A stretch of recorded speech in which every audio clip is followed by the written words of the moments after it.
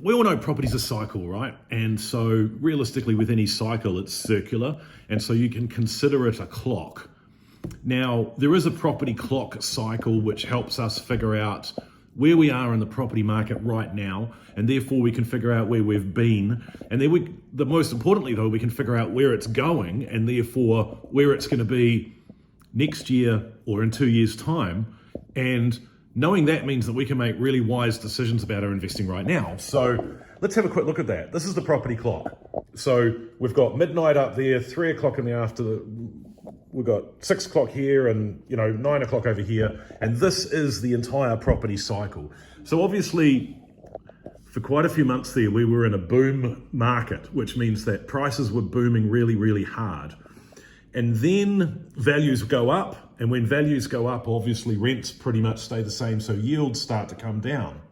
When yields start to come down, we pop like we did about a year ago, and we end up in a slump. And that's when prices start to come down. Now, obviously we've seen this and we've watched prices come down now for nearly 8 or 9 months.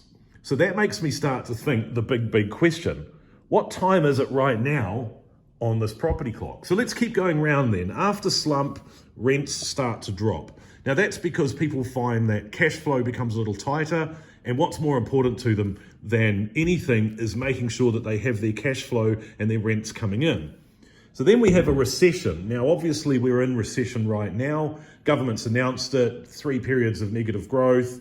And what happens is we have either stagnation or falling prices. Now we've had prices falling since 3 o'clock. We're right coming down through here somewhere. What happens after stagnation and falling prices and recession is that interest rates start to relax. Now, we haven't seen this happen yet, but we definitely have seen this and this and this happen. So when you say what's the time in the property clock right now, surely we must be right in here somewhere.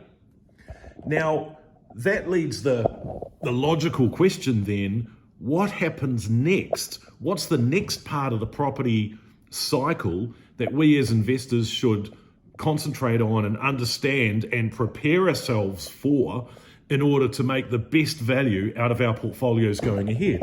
So let's have another quick look. We're in recession, interest rates are going to start to ease. Then we have, believe it or not, undersupply. Prices start to move upwards again and we end up in a recovery. After prices start to pick up a little bit, number of sales picks up and then rents pick up and then, oh my God. So once we end up back in that boom, we do this whole cycle again. Now, I've personally been through 3 or 4 of these cycles, and this is exactly the way it works. And so if you want to know where we are physically right now in this whole property clock cycle, I think we are just past 6. Once those interest rates start to come down, we will start the long travel back through a recovery. This could be a couple of years. But if you logically think about this cycle and this clock and where it goes, where do you think is the best place to buy real estate? What part of the time? It's certainly not up here in the boom where yields are really low and prices are really high. It's certainly not here in the slump, which we're all the way through now. It's got to be right here, doesn't it? Don't you want to buy places when the prices are really low or falling or stagnant, but they just stop dropping and interest rates start to come down and you're heading towards a recovery? Surely that has to be the best possible time to buy real estate. And that's why I'm supremely concentrating right now on cash flow, because cash flow feeds this entire cycle. Cash flow lets me buy properties in a down market when they're as cheap as they're going to get. And cash flow helps me keep them so that when they come back through that recovery, and once that recovery and the sales and the rents start coming, I've got a fat portfolio of properties that are going to boom in value and turn me into a very, very wealthy man.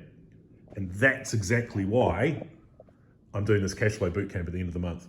It's just logical. Fight me in the comments by all means if you think that I'm wrong on any part of that. I'd actually really love to hear your comments. Thanks, guys.